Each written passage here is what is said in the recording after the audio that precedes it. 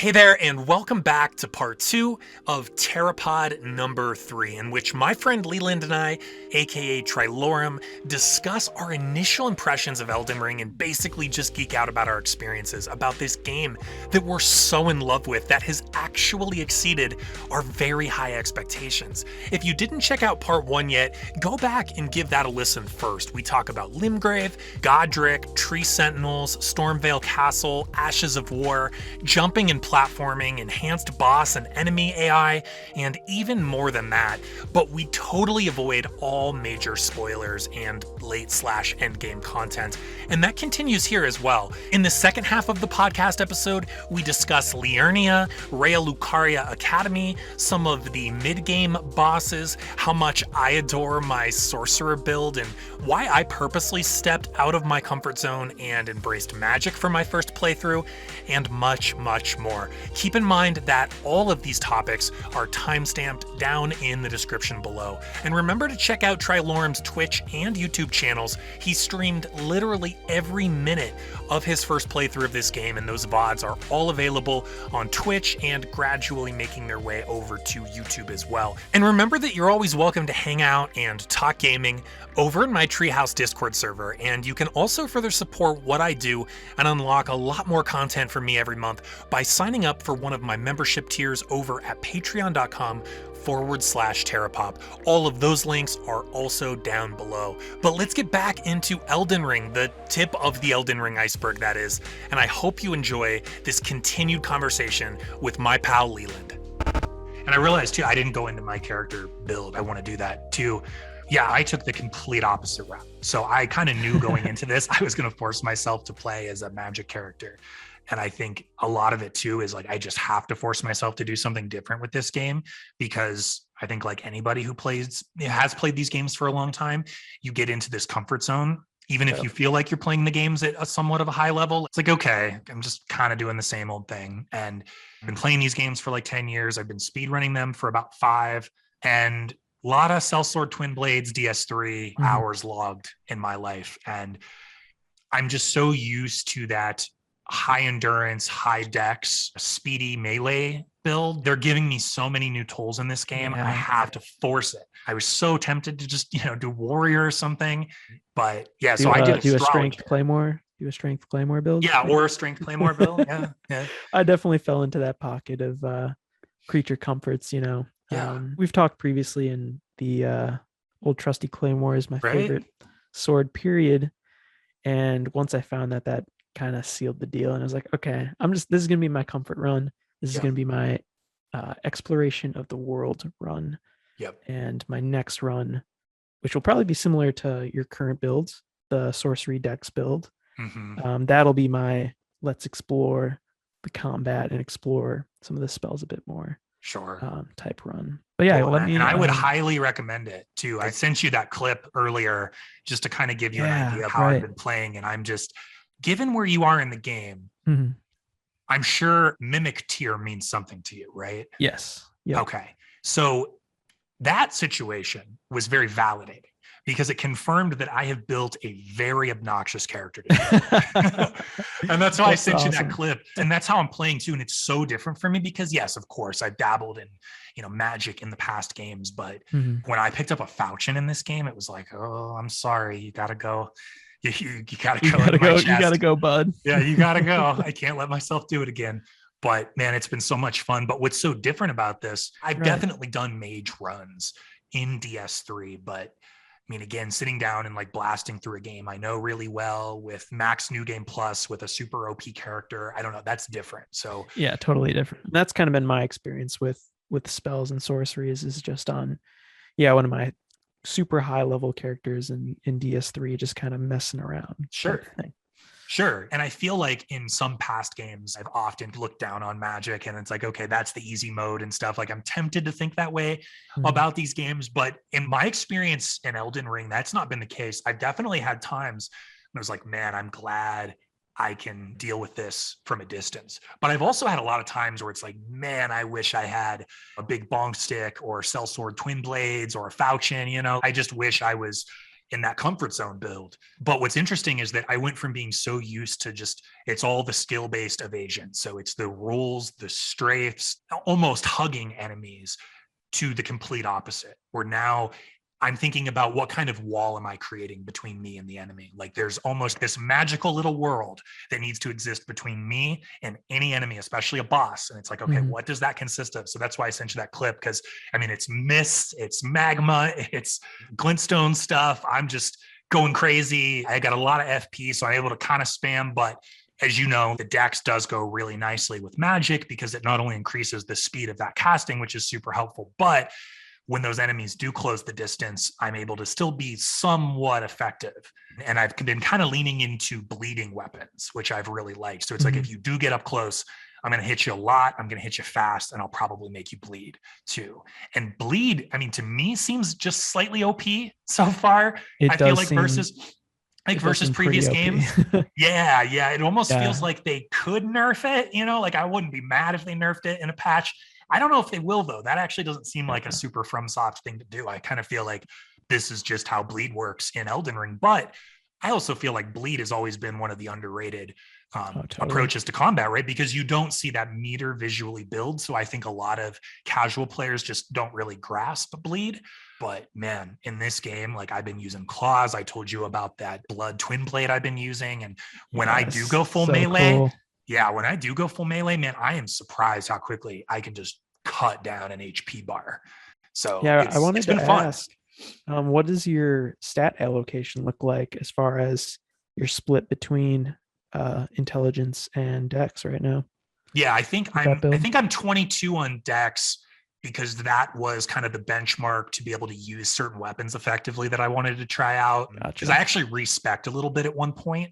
My strength is like 12 or something. Yeah, my intelligence, I'm trying to get the intelligence to 40. The dex is like just over 20. My stamina is pretty solid. I've actually been playing with really low vigor, though. I mean, I've been talking to some people on my Discord server who are like 40 vigor, 45. I think I just hit 24 vigor. So, oh, wow.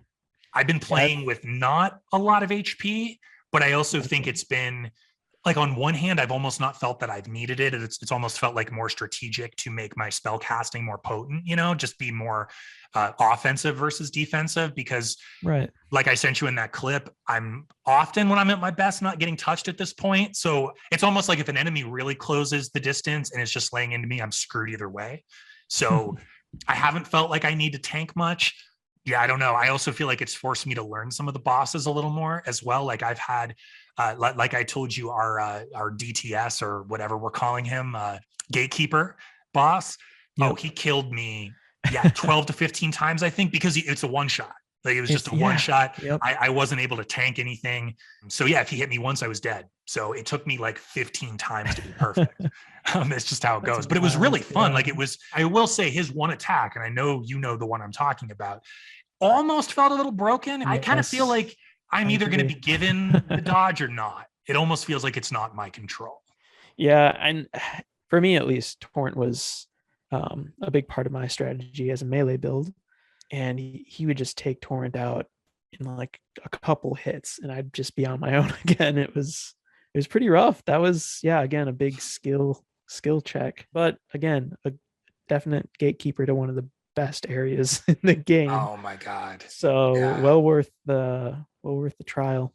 Yeah, absolutely. The other hardest boss, at least in my experience, that I messaged you about too, the big old two boys that I had to deal with. Yeah. Am I being hyperbolic in saying that they made Demon Prince feel like a tutorial boss? I'm probably being a little excessive with that comment, but that's really how it felt. That's also because I know Demon Prince. Right. And I feel like, I just go in there with like my dex build and just like stagger them and get the crits and it's over. But man, that boss fight though, oh my God. I actually died fewer times than I did to our tree sentinel boy, but it felt harder. You know what I mean?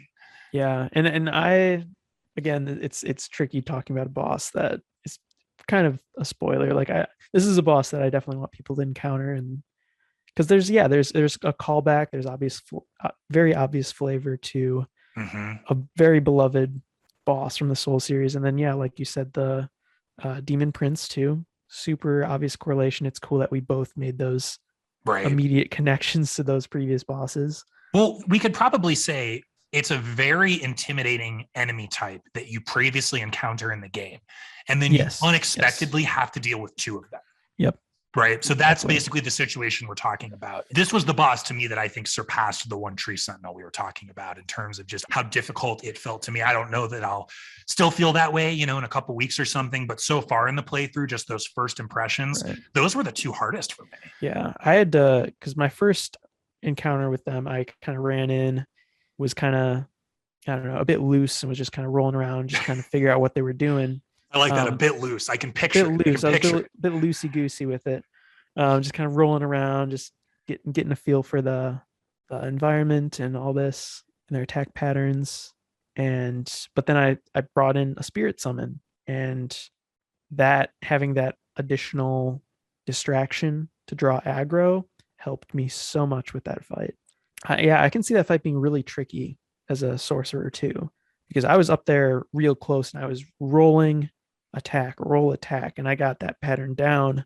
It still took me several tries, but the combination of having the spirit summon drawing aggro from one of the bosses and then me being right on top of the other one allowed me to take one out really quickly. And then I just had to basically rinse and repeat with the second one. Yep. It's the classical man-eaters thing from Demon Souls too, where it's like, okay, I'm like fighting this one boss, and then nope, here comes another one partway through. And like once you know that's the deal, it just becomes a matter of taking out that first one as fast as possible. And I've realized as a mage, it's just tricky because I mean, you obviously can't just stand there flat-footed in front of them. It's almost like two boxers, right? Like you can't just stand there in front of the other puncher. You're going to get hit. Like you got to move, you got to counter punch. So when you're a spellcaster, that looks kind of different. So for me, it was really leaning on Night Maiden Mist. It's like an HP sapping mist that lingers in the air for probably about 15 seconds. So what I had to do was lean heavily on the mist and almost rope-a-dope the first one, cast the mist, and then kind of trick him and have him chase me and have him run himself to death through the mist. And then when it's just me and then the second one, I was kind of able to just straight up fight him a little bit more and even incorporate like my sword and stuff. But 2 is just, I think no matter what build you are, it's meant to be overwhelming. Yeah, right.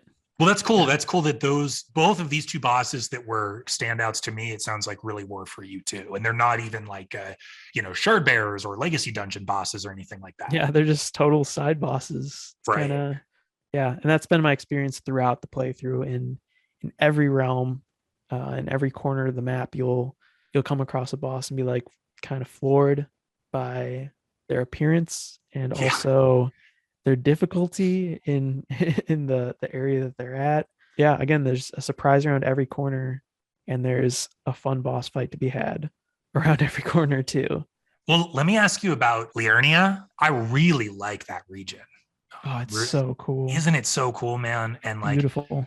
The academy, obviously you have some freedom in this game as to how you can move around, but I'm sure it was for me, maybe it was for you, I'm sure for most players, that's going to be the next big legacy area they're going to hit after Stormveil. Yeah, totally. I think the majority of people that'll be probably the second. And you hear a fair bit about it even early in the game. You hear about this academy that exists in the world. I mean, even from the character creation screen, I think this academy might be referenced with some of the classes and items and things like that. So I love that. I feel like an academy just opens the door for so much cool lore and storytelling and world building and all of that. And man, I thought it lived up to my expectations too. I thought it was awesome. I mean, just the second you walk in, you're in like a mix of Irithyll of the Boreal Valley, Central Yharnam, right? It feels like Bloodborne. Anor Londo a little bit too. Yeah, a little bit of Anor Londo. Like yet it's totally unique. It has a flavor all its own as well. And not as long, I would say, and complex as Stormveil, maybe like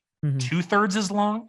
But at the same time, there's the whole rooftop area, which I totally like missed my first time going to. Like it reflects some of that exploration that you see in Stormveil, just maybe on a slightly smaller scale. What'd you think of the water wheel when you saw that for the first time? Was that kind of a jaw drop? Like, let's just stop and look at this for 10 seconds moment?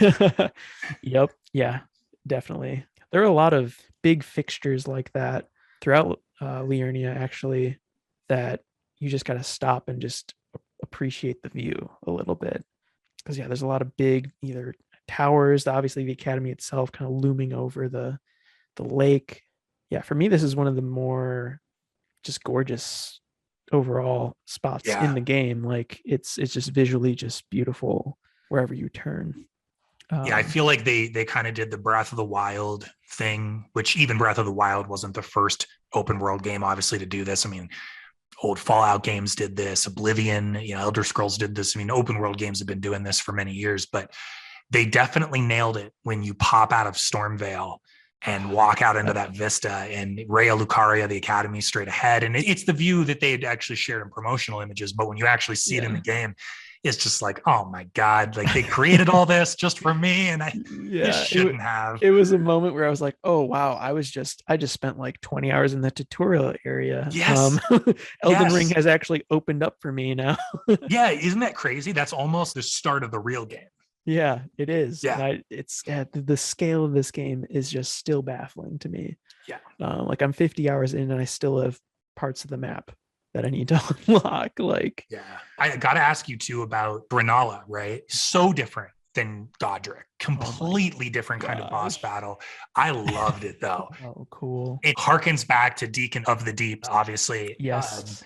A couple different boss battles. Rom from Bloodborne. Yeah. Yes. In phase two, it becomes Rom City. Yeah.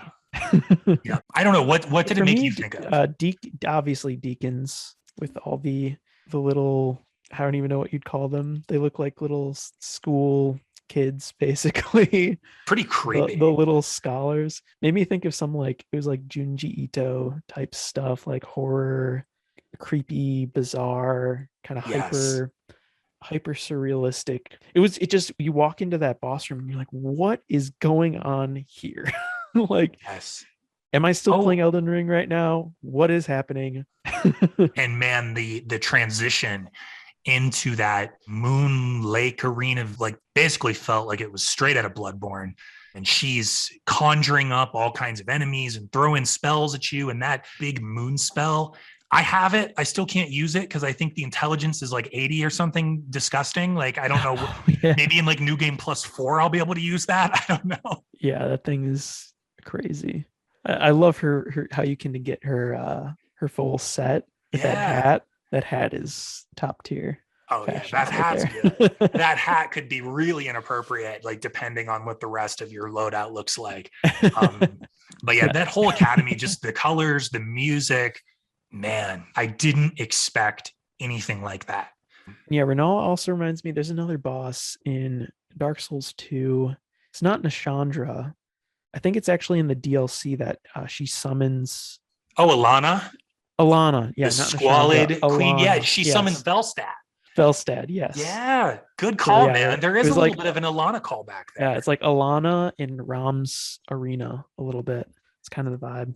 Did it surprise you how much you can feel DS2's fingerprints on this game?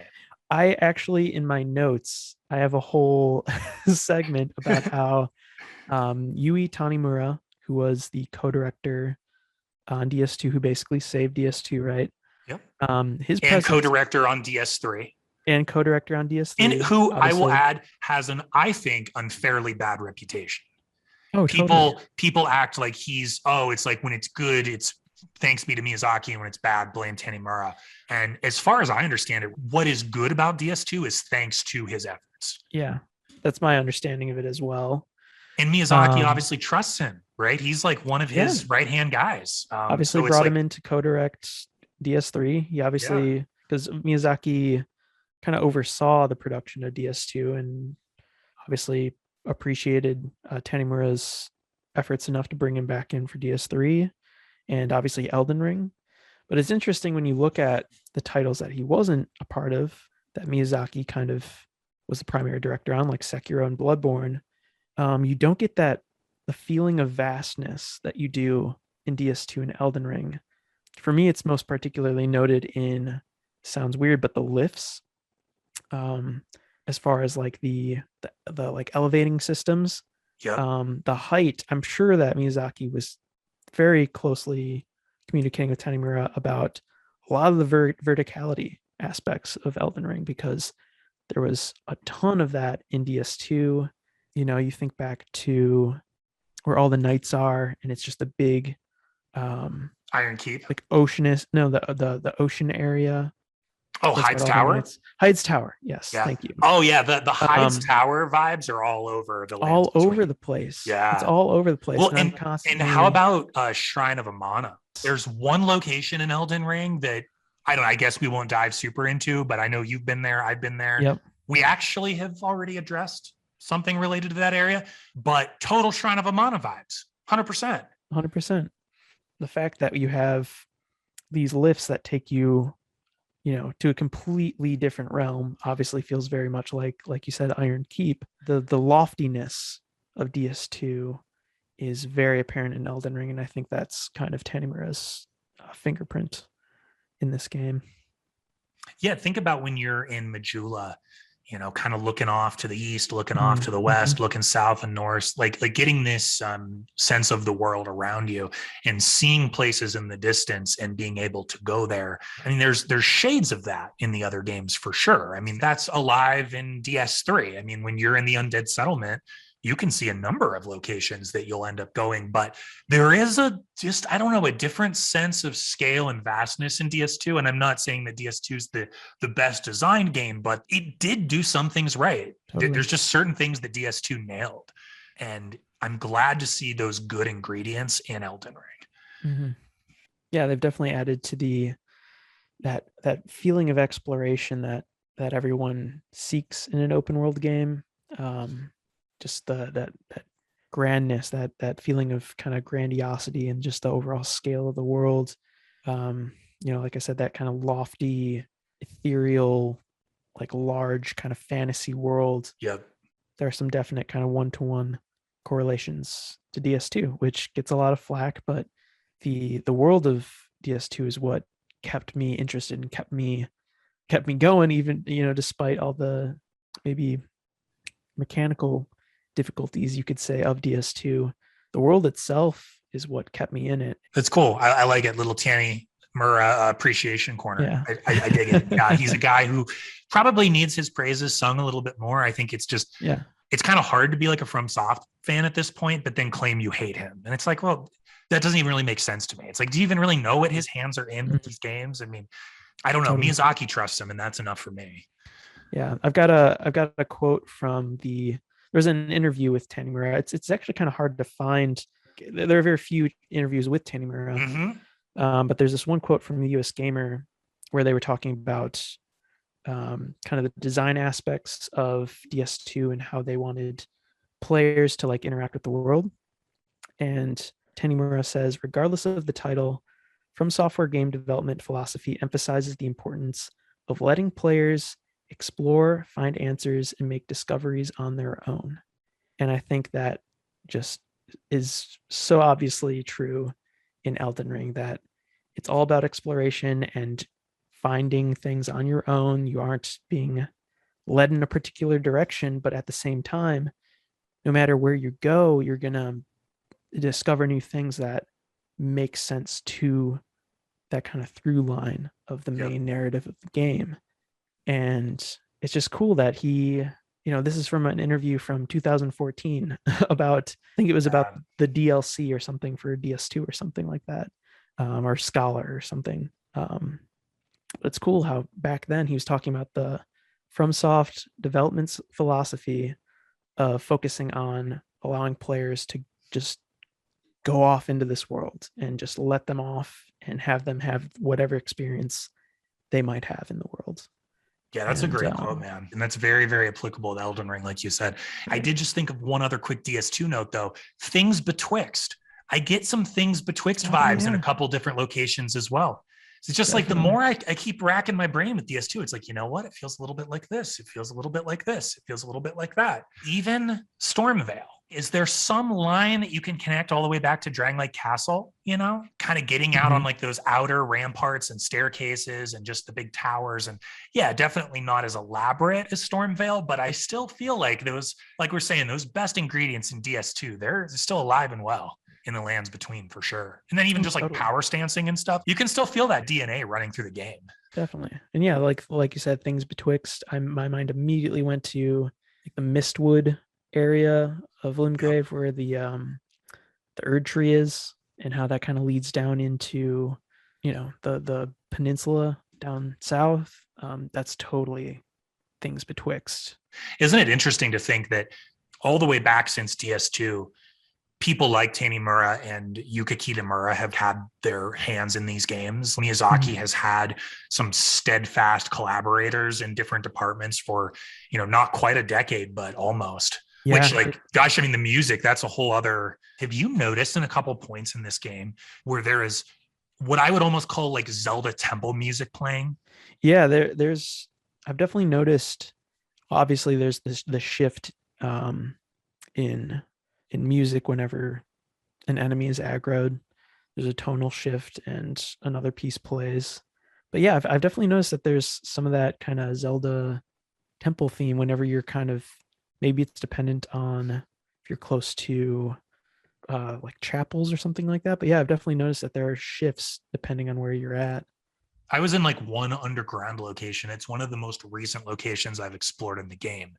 And there's kind of an ambient soundscape playing throughout.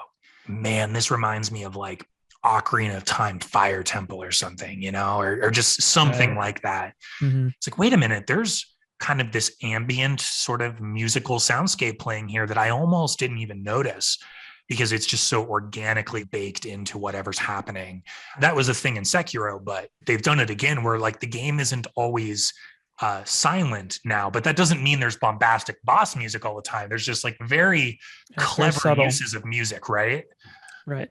Yeah, it's definitely fitting that you definitely go through moments where it feels like it's silent. It's very quiet. Mm-hmm. And it's all very suited to the particular environment that you're within and exploring.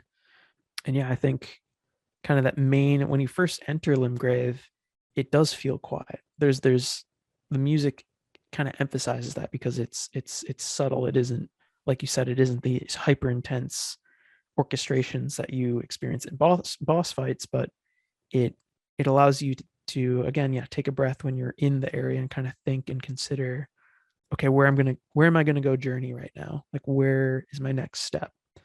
Yeah, those quieter tones allow you to be more considerate of your surroundings, which is super appropriate to this open world approach because it can't be that constant. It can't be like a Doom where it's just heavy metal all the time. theme from the beginning to the end. Like the second you get the creator character, it's Vort's music, and it's that all the way to the credits. Just cranking, just shredding all the way through Elden Ring. I actually think we need a mod for like okay, now that we're talking about this, let's do it. Let's just do Vort start to finish. Vort music mod for DS3. Let's do it. We'll combine it with an all enemies turn into Vort mod. Oh my god, an all Vort mod. It'll just be called Vort. If we're doing that, I also want to be Vort though. Everything has to be Vort. Everything Vort. All the textures of the castle walls, everything is just Vort. Yes, just like 2D, like flattened Vort textures. Let's do it. I'm game. I wanted to ask you about Roundtable Hold too. Our hub area in this game. Our Firelink.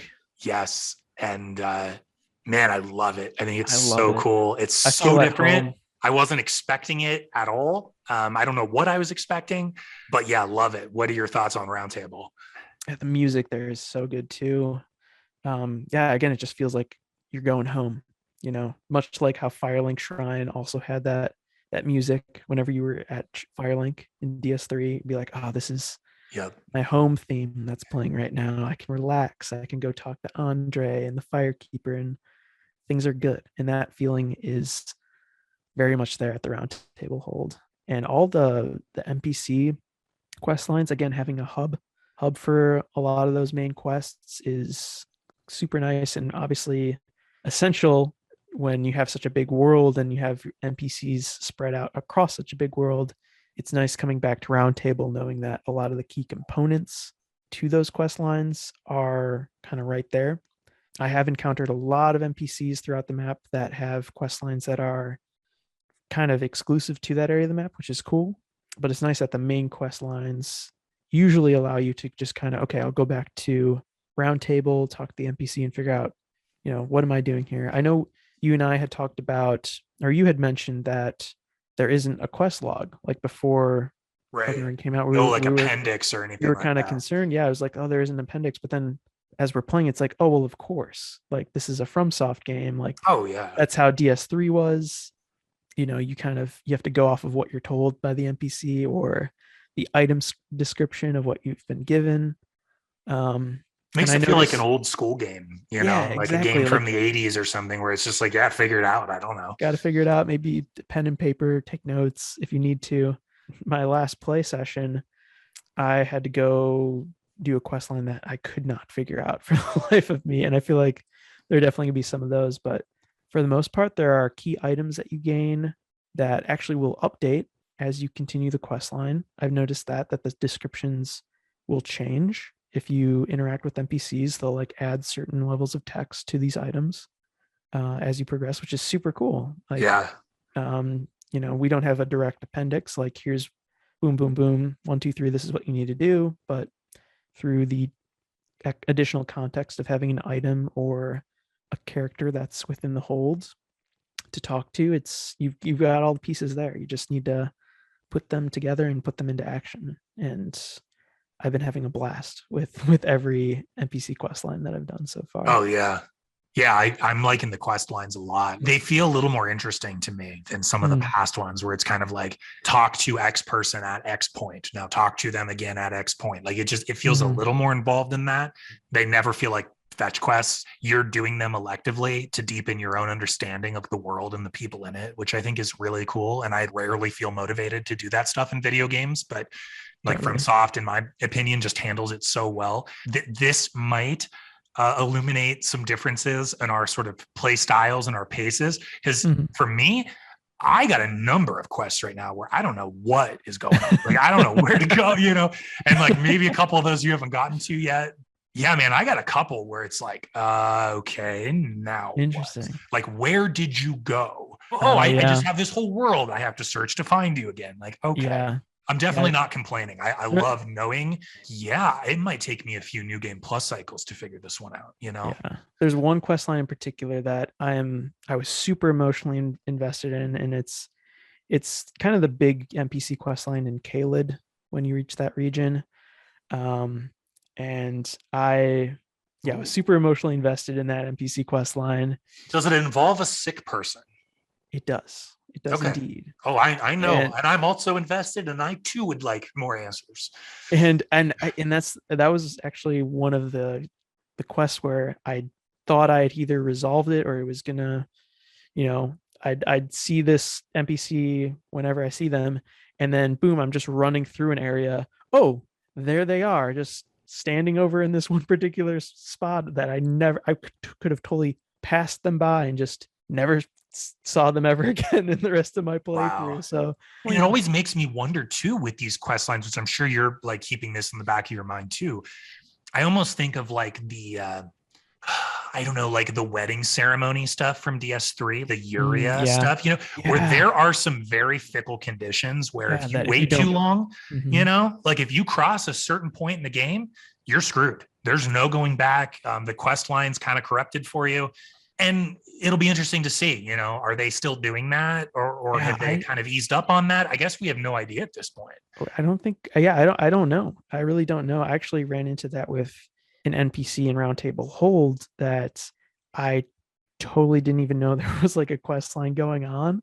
And I, through doing another quest line, it kind of came together and I was like, oh, snap. Like I totally was not paying attention to this character in Roundtable Hold. And there's this whole other thing that like I went back and did it. And so I've been, with some of the quests, I want to try to stay on top of them. And Right. it does feel like a little overwhelming at times having a bunch of different NPC quest lines that can feel a little out there.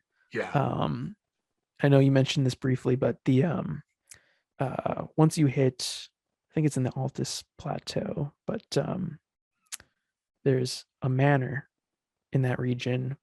That's all I'm going to say. That I don't want to spoil this because that was easily peak quest lines for me. It was so much fun. Like I don't think I've ever had so much fun doing an NPC quest line. Yeah, it's hard. We're trying to keep this I know. or something, especially when it comes to like awesome quests. Oh yeah, yeah. The color red. Yes. Sure, I'm right there with you. Yep, yeah. Loving it. Devouring so every good. morsel of it. Yes. It's awesome. Again, emotional investment. Yes. And all I'm going to say is I'm not exactly sure what path I'm walking right now in this game. And I don't know either. But it feels good. And I'm just going to keep walking down the road I'm on. Exactly. And I think that kind of, it goes back to do you know the Elmo fire meme? You know, Elmo with his hands in the air. That's I think that's me in Elden Ring right now. I'm not totally sure though, but I think, and if it is, I also think I'm okay with it. I know. For me, it's my rationale behind all of my actions that I'm taking is, hey, Melina is like kind of being chill about all this. So like, I'll just be chill about it. And we're just gonna kind of do this thing together.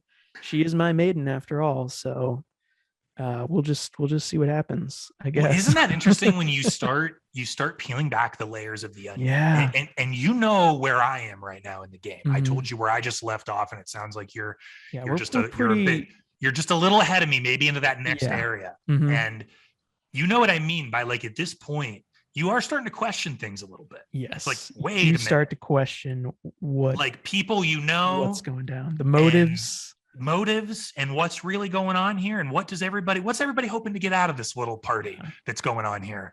And I think what's interesting is that you're kind of figuring that out. I think that's the hope.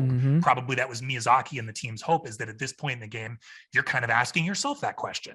Like, wait a minute, what am I doing here? What's my agenda? What do I want out of this? It feels like I'm at that point in the game where I'm supposed to be asking myself that question. Yeah, but totally. And it's you also know from Sekiro, I mean, the other games too, but especially Sekiro, where Sekiro has one particular ending where it's like that ending taught us that things can escalate very quickly. Like, and that's why I was saying earlier, like I just don't know where I am in the game. And I don't know when I'm like one or two decisions away or areas away. What if things wrap up? And I don't even mean just like a disappointing way, right? We know there's multiple endings. There's always multiple endings all the way back to Demon Souls. Sekiro just showed us that those different endings can be very different now. Like, like really the Shura ending, you basically just, you can cut that game so short by doing Shura. Different bosses, right? Totally different bosses. Moral and like world implications and all this stuff. So it's like, how do we not know that like a Shura ending is right around the corner? You know, that's what I've been wondering. I know. And that's where I'm at too. I'm starting to think like, okay, how many endings are there in Elden Ring? Like that's not even a question I was considering a week ago. I was like, let's just get in this game. More than 4? What's the over-under on this? Now the wheels are turning. I'm hitting points in certain quest lines where it's like, okay, things are kind of coming to a head here. Things are happening that are definitely sending off signals that are like, okay, we could be either reaching the end game. We're definitely, for me, I'm like, we're definitely past mid game. We could be late game. Who knows what's going to happen next? Like anything can happen next. But the onion keeps peeling back though. That's the thing. Like I keep thinking that I know how many layers it has, and I clearly don't. All I'll say is you don't know how big this game map is. No. Like no, you don't. Not a clue. No clue. I think like 20 and I still don't know. I say that having realized it's bigger than I thought, but I also still don't know where that ends. Yeah, there's a big moment that a lot of new players can have in Limgrave, that where you get teleported to a certain point in the map. And until that point, I was like, wow, this map is huge. Like Limgrave alone is a massive. Oh, I also have the Weeping Peninsula down below too. This map is huge. And then you get teleported and you're like, I'm sorry, what? I'm sorry, how big is this map right now? Like, and then you get teleported somewhere else and you're like, oh, there's a whole other layer. Again, we're talking layers. Quickly, you're like, because we're getting to that point where we're trying to get it all out. We're trying to hit on like the million things that we are just coming out of us because this game's insane. The teleporting chess, like the fact that, and I thought that was such an interesting design decision, in most open world games, the designers are really precious about like the map fog. You know, they don't want you to see things up ahead. They want to keep you very confined where you're supposed to be, segment by segment.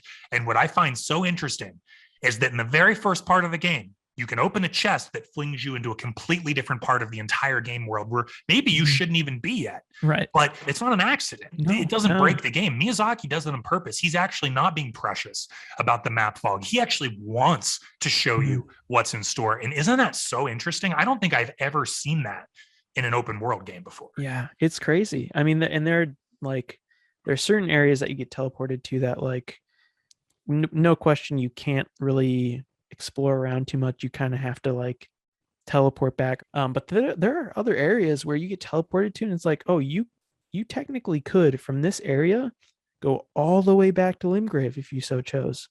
And that's wild. And yeah, it's such an interesting decision that was made there to allow players to do that. And I think a lot of that was, again, kind of just a little bit showing off the scale and showing off the unpredictability of the world, showing off, hey, here's a cave that you get transported to. Here's a whole other realm that you can explore. There are probably more of these caves throughout the world. You get teleported off to like a giant castle thing or like at a tower on a castle, and you have to look out and try to figure out where you are. Leland, did you get teleported? There's a place as you travel north with multiple teleportation points. Yes, I have done that. Did you get the crazy one? Yes. Okay. The crazy one that teleports you basically off the map. Yeah. And just visually, yes. Like I was like checking my map to make sure I was still on the same planet. Yeah. Right. So yes, you know what I'm talking about. But see, I that's know exactly the thing. What you're talking about. No, I've never played another open world game that does that, where they're actually showing you things long before you could like organically navigate to those places yourself. And it's just so interesting, and it has just knocked my socks off like 3 or 4 times, like just complete disbelief. And that moment where you do open up the map and it's like you're dragging like way up and it's like, where am I? I'm way over here. All right, way out there. But then as you progress, like I had a really big moment where I finally, through like my genuine journey through the map, I made my way up to that point again. And I was like, oh, this is where I got teleported to at the beginning of the game. And then I took a moment and I looked at the map and I scrolled through and I looked at all the sites of grace that I had touched since the very beginning of the game and like what it took me to get all the way up to that one point. I was like, wow, I had no idea from the beginning of the game when I got teleported here. I had no idea what was really between Limgrave, the starting point in the game, and that random tower that I was teleported to. That's another interesting way to think about it, right? Yeah. When you get flung to one of these places, yes, you see something, I guess, in advance or whatever, but it does get your imagination going. And it's like, but what's between where I am now and where I was? And then, like you said, you kind of come to appreciate that the more you do open up the map. The things betwixt. Yes, exactly that. Throughout the journey. In the interest of time here, I want to hit just a few kind of final big things that I wanted to get your thoughts on too. So we kind of hit on south. I guess I think of Limgrave as like ground zero. So we hit on Limgrave. We kind of touched on the peninsula going south. We talked a little bit about going north. Now east, Caelid is really weird to me because it feels like, in my experience, so the more north you go, there's eventually the plateau. And the plateau to me feels, I guess, easier, for lack of a better term, than Caelid. But Caelid's easier to get to. Right. Like everything in Caelid hits hard. I feel like I'm being hit by like an NFL middle linebacker by like every enemy in Caelid. Like it's just ridiculous. And I'm like most on guard. when I'm in Caelid. There's just so many big, ferocious enemies that can close the distance. And yeah, like I've gone into a few parts of Caelid where it's like, whoa, I'm clearly underleveled for this, like big time. Mm-hmm. But I have taken on a shard bearer in Caelid, which I know you have too. So that's Radahn. I just had to talk to you about him because I've just heard a few things. I mean, again, trying to stay offline for the most part about Elden Ring. I suspect he's going to be one of the most polarizing bosses they've ever made. Oh, 100%. Like, yeah. And not like a bed of chaos kind of polarizing, but just because it feels to me like there is no simple way to like summarize Radahn. He just feels, I don't know, unique, complex. I still don't know what to think. What do you make of the Radahn stuff? Yeah, are you on a similar kind of wavelength with it? I also am unsure of what I think of Radahn. I definitely noticed on Twitter there's he's definitely a controversial figure to say the least. And for the most part, I haven't really engaged with a lot of that discourse on Elden Ring just in general. I'm trying to, for the most part, ignore it. Or at least acknowledge that these conversations are happening and just be like, I don't really need to have part in that. I'm just enjoying the game for what it is right now. But yeah, Radahn is like nothing else we've really encountered. What's your gut? Is it like I hate him, or my gut it's actually kind of sick, or like I don't know, like just gut? My gut is he's super sick. That's my gut too. That's my gut too. Again, I don't want to spoil the whole. No, we don't have to get into the details. The whole thing of Radahn's fight and like what leads up to his fight, I don't want to spoil because it is awesome. I think the whole like thematically, like his whole deal, how he's introduced. Yeah, the whole setting before you even get to his boss. I just music, the colors, like the more I think about it, the cooler it seems. I got there and I was like, let's do this. This is sick. I loved it. And then the fight itself, obviously, again, because it's not. I mean, we can at least say that it's just not your conventional. It's not like a Godric battle. But I'm also hesitant to just put it in the gimmick kind of boss, which I also don't mean that pejoratively. Like we've talked about that. Like there's good gimmick bosses. Like gimmick bosses have their place. I don't know that he's also a conventional gimmick boss though, right? No, like, I will say there is no spoilers. There is a obvious gimmick boss in this game, and it's awesome. You will get there, and I think knowing you, I think we'll agree on this. I loved the like actual gimmick boss in this game. Awesome. Radahn for me is not the gimmick boss in this game. He is like Divine Dragon, right? Divine Dragon's a gimmick boss, and it's awesome. Yeah, like it's beautiful, it's sick. It's not nearly as hard as a lot of the other challenges in Sekiro, but it's also not supposed to be. It's supposed to be an experience. Yeah, and exactly. That's what I think of a good gimmick boss. Like, is this a cool experience? Yeah, and I think Radahn maybe has some of the gimmicky qualities of. There's a certain. Because obviously, like with Yorm, for example, you pick the sword up. This is the sword you need to use. There's a whole like set of mechanics within that fight that are kind of off on their own, right? That's kind of what designates a gimmick boss. For Radahn, I feel you can go about this fight without engaging necessarily in the gimmick itself, without spoiling what that gimmick is. For me, for my first experience, I engaged with the gimmick and I loved it. And it was super fun. I loved the concept. It's like nothing else we've really ever seen. But I would be curious on maybe my next playthrough, not engaging with the gimmick, seeing how it goes, and then seeing how I feel.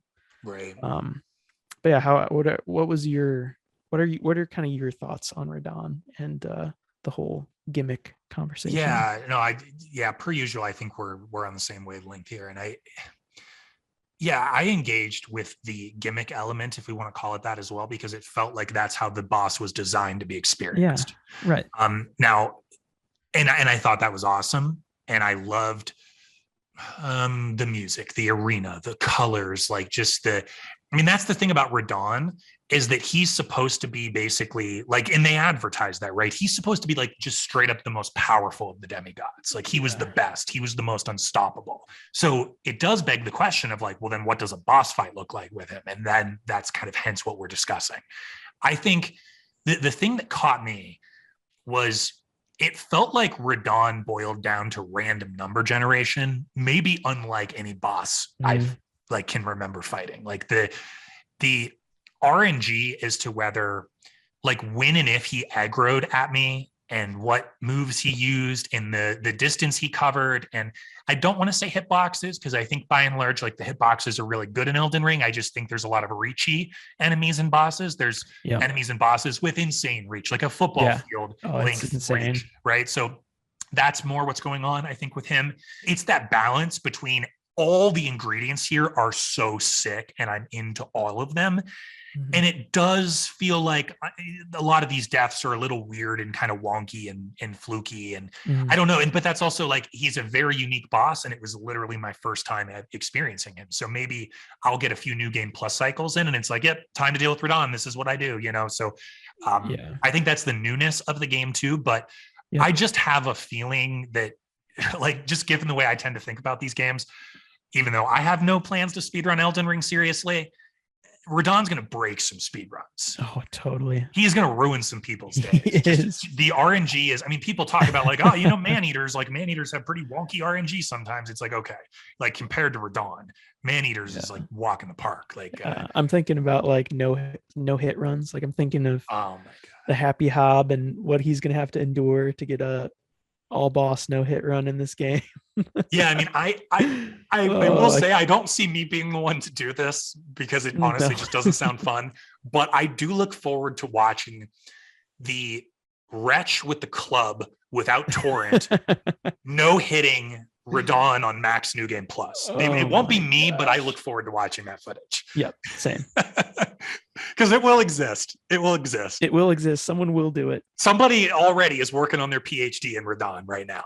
Like they're hard at work, right? So yeah, I really wanted to ask you about him because he's just so complex and so unique. You know, I don't feel like there's a one word, which that does kind of seem to be the Twitter thing. It's like, oh, he sucks, he's impossible or something.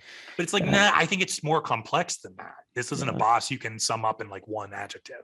I don't know. I feel like you need to engage with the quote unquote gimmick a little bit sometimes because it's all about the aesthetics of the boss, the feel of the boss, the reason you're there. I don't know. That's something I always take into consideration with a lot of these fights because I'm very much interested in Elden Ring as a world and engaging in that world as a whole. I obviously also really love watching speedrunners and watching no hit runs and all of that. So obviously the mechanics of these bosses matters significantly for a lot of different reasons, but I just like Radahn, period. Like well, and I think another way of looking at it, which I think you're kind of circling that point a little bit, is that wouldn't it be boring if every boss were just Godric? Yeah. Like right. FromSoft is basically taking like a creative risk with the Radahn thing. And that's a good way of putting it. And I would rather them do that. Even if like Godric is super sick and it's like that's kind of the boss that I gravitate to, you know, the Gale, the Orphan of Kos, the Godric, like that kind of stuff. Like we all know that's the bread and butter. But if that's all FromSoft ever served to us, I don't think it would feel as special as it is. So totally. I like that they're taking creative risks, or that they took creative risks with this game, and Radahn is clearly one of those risks. And I think it's a little, everybody's going to have their own opinion. That's totally valid. But if you're trying to get all objective and be like, well, he just objectively blows. It's like, well, I think you're being a little short-sighted here. It's like, this is just part of what they were doing and it's going to hit and miss for different people. And I think, I mean, the rage needs to be embraced a little bit. That's again, a big part of these games is people rage quitting out. And I had definitely had my moments where I'm like, this is bogus. I do not want to do this ever again. Why is this like this? This is stupid. But at the whole time I'm thinking this, I'm smiling, you know, and it's like, I hate this right now. But this is why I'm here. Like you're here for the rage a little bit. You're here to like overcome and become, and it's all about the triumph that you find through overcoming the difficulty in this game. And I know it's a point that's been stated a million times, but I think embracing the rage that you might feel for some of these bosses is important in like growing your appreciation and gaining a greater appreciation of this game as a whole. Sure. No, that's a really good point, Leland. And I've definitely tried to do that myself. And I think just because I tend to be so competitive, and I do tend to I knew I would be tempted to pick up Elden Ring and be like, okay, I should be as good at this as I am as a pretty competent speedrunner in DS3. And it's like those two things are not equivalent. Like, it's not going to happen. I'm not going to be as good at Elden Ring. I'm going to die. I'm going to not understand certain mechanics, blah, blah, blah. So that's even all the more reason why I forced myself to just do a mage and play through really slowly and really prioritize the fun, because I didn't even want to get sucked into that trap, where like I'm dying to Radahn like 7 times in a row and I'm actually angry, like mad, like not just a little frustrated with the game, but I'm like now an angry person. Like, I just wanted to completely avoid that. And that's why I switched everything up, because I was almost like I was removing those expectations. It's like, I have no expectations for myself. The expectation, I think, like you said earlier, it's just fun. It's like, have fun with the game. I tweeted that a couple weeks ago where it was like, yeah, like I'm seeing a lot of like Elden Ring build guide tips online. And it's like, here's a build guide for you. Like, pick whatever looks cool and have fun. There's like a time and place for optimization later. Just, I don't know, have fun, like stumble through it, be blind, die, be frustrated. Just like, your first playthrough will be all the more memorable because of that. Like, don't look things up and try to be perfect. And Miyazaki basically said that in one of his interviews right before launch. Like, we would recommend nobody look anything up and just kind of go into it blind. That's how we'd want to play it. And he's always been clear about his philosophy on game design. Like you said, it's been said a million times, but I think for a lot of people, the point still doesn't sink in, that like he is trying to give you like a transcendent experience that only you can have if you're willing to like go on kind of a rough ride and be frustrated and discouraged.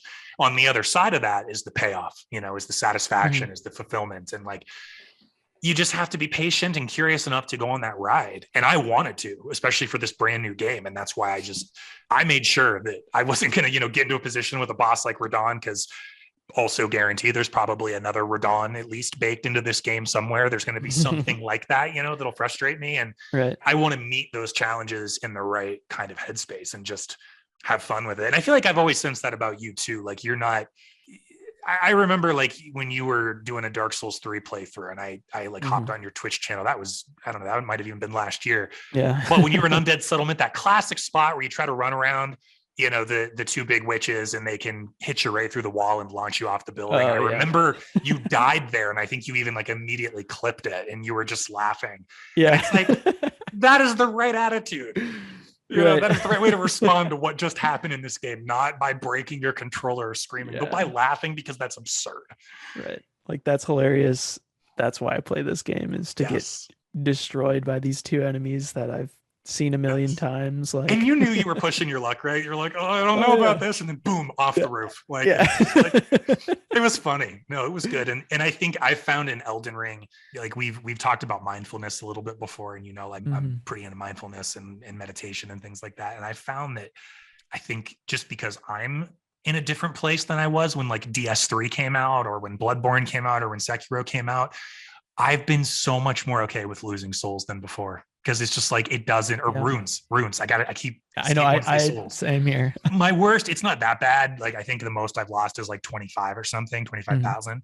But I've just let it go. It's like, it's like, I would have liked to have had those. That was almost another level, but also like, who cares? Because again, like, I'm the one who beats the games. The levels don't beat the game. I don't just pump the stats in and then, no, now I'm going to beat the game or something. It's like, no, it's all on me. No matter what my level is. Who cares if I'm adequately leveled or I'm under leveled, I'm over leveled? Like, I just wing it, just have fun. So, and this game rewards so heavily exploration with finding those golden runes scattered throughout, like in those little graveyard areas where you can just kind of be like a grave robber. Boom, there's like 2 or 3 levels right there.